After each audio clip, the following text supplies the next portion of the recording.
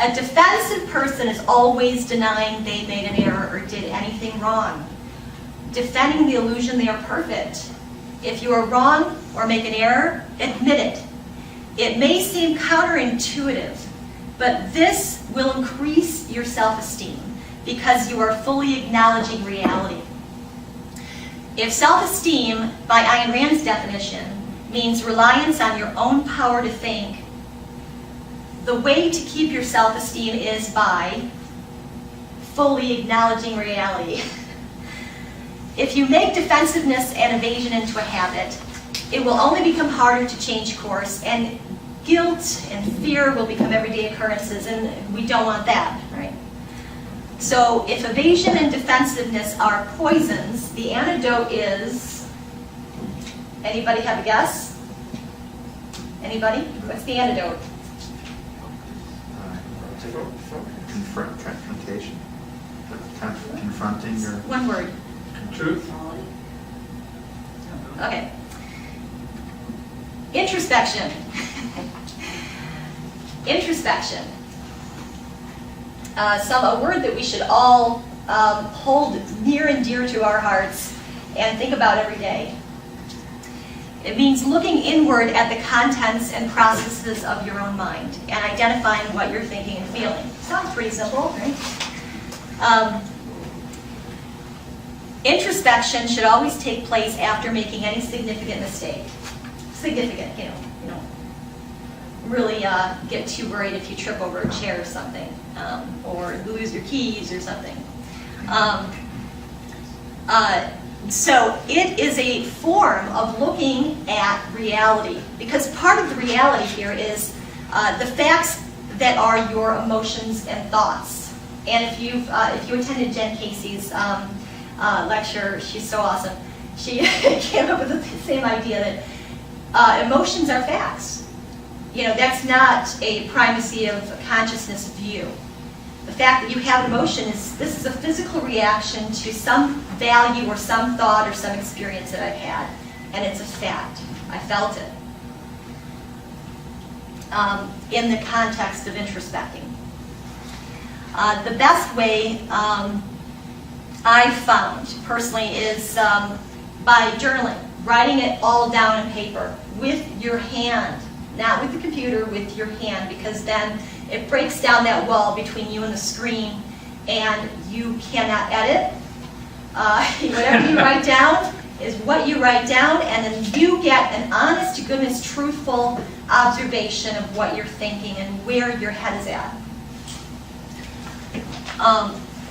Otherwise, trying to comprehend all the feelings and thoughts and memories swirling around your head is almost impossible, especially when the mistake is complex or involved any kind of defensiveness. Writing on paper also helps by getting feelings off your chest and turns any negative emotion into an instance of fact. It's a good feeling just to get it down there. You can see it and say, yes, this happened, this experience happened, these are emotions happening, and now I can get off my chest. I don't have to keep it swirling around my head like a broken record. So it gives you the ability to keep your thoughts and feelings from overwhelming you.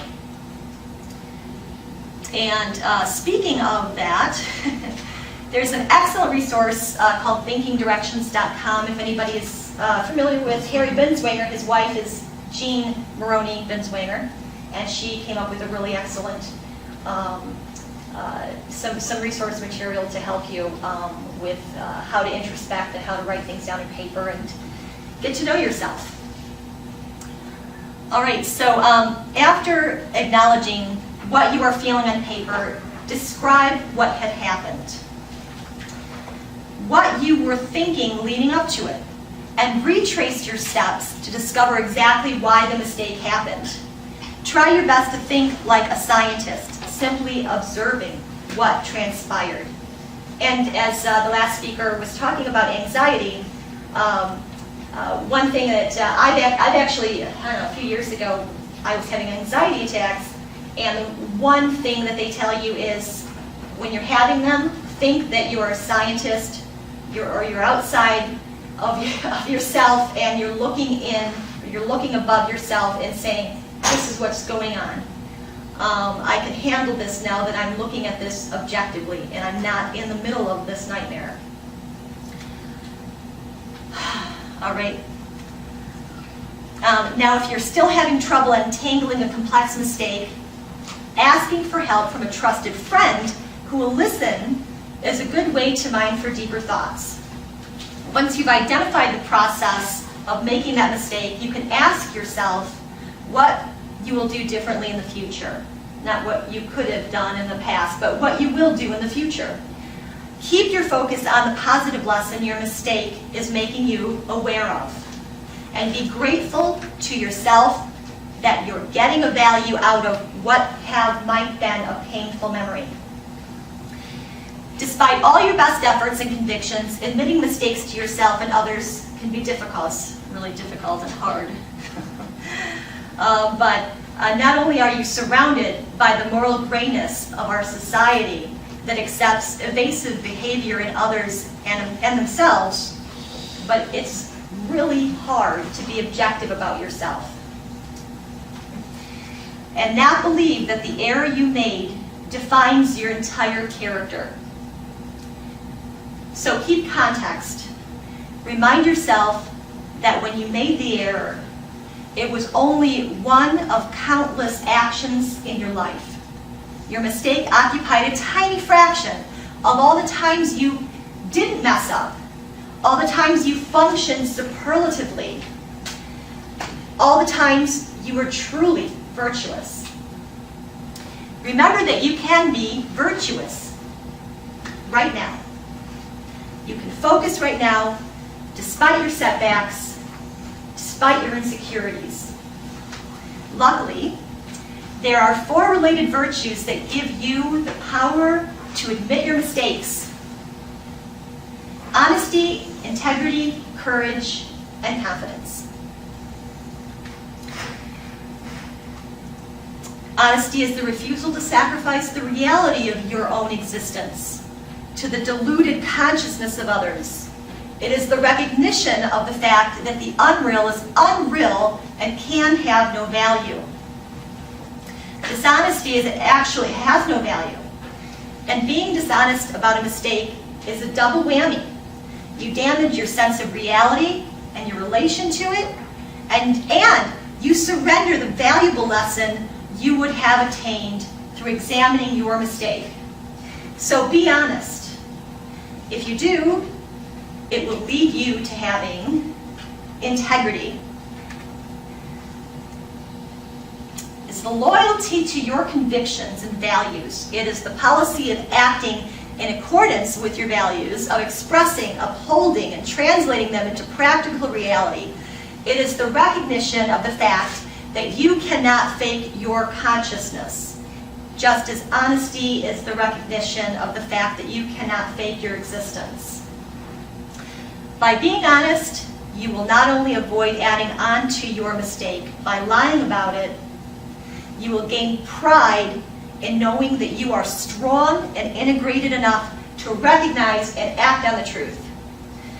The more you practice these 2 virtues of honesty and integrity, the easier it will be to call up your courage and confidence.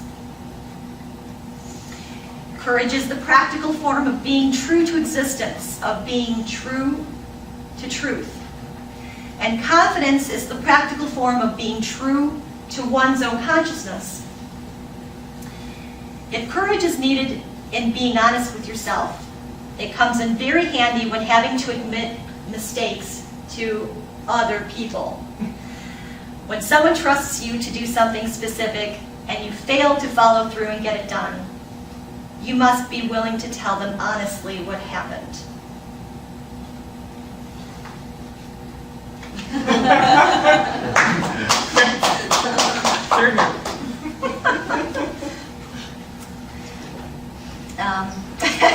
Of course, you can't actually be anonymous. You must take responsibility for your error. And that includes with your boss, your coworker, your client, your wife, your husband, and so many others who you respect, love, and care about being fair to. Remember that if you choose to be dishonest, Your actions will be held captive to the demands of the lie you told and what others believe. And as we discussed before, divorcing yourself from divorcing yourself from reality damages your what? Self-esteem. You would be stuck with a problem that either will not be fixed or might be pinned on someone else. Both scenarios keep the consequences of your denial piling up, and one day they will tip over, either in the form of lost respect and trust from others and with yourself, or a harsher consequence that the one you would have had to deal with if you were honest from the start. To avoid all these shenanigans, be honest. Avoid shenanigans.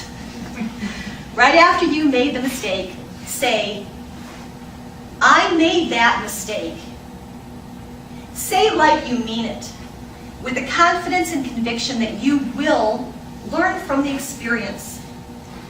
Be bold. Immediately approach it as an opportunity for improvement.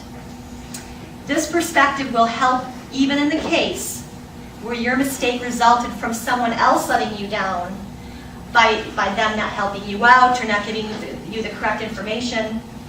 Even then, don't hesitate to apologize to the person who's being affected and ask what you can do to make amends. Don't pass the buck, even if it isn't your fault. You deal with the situation right then and there.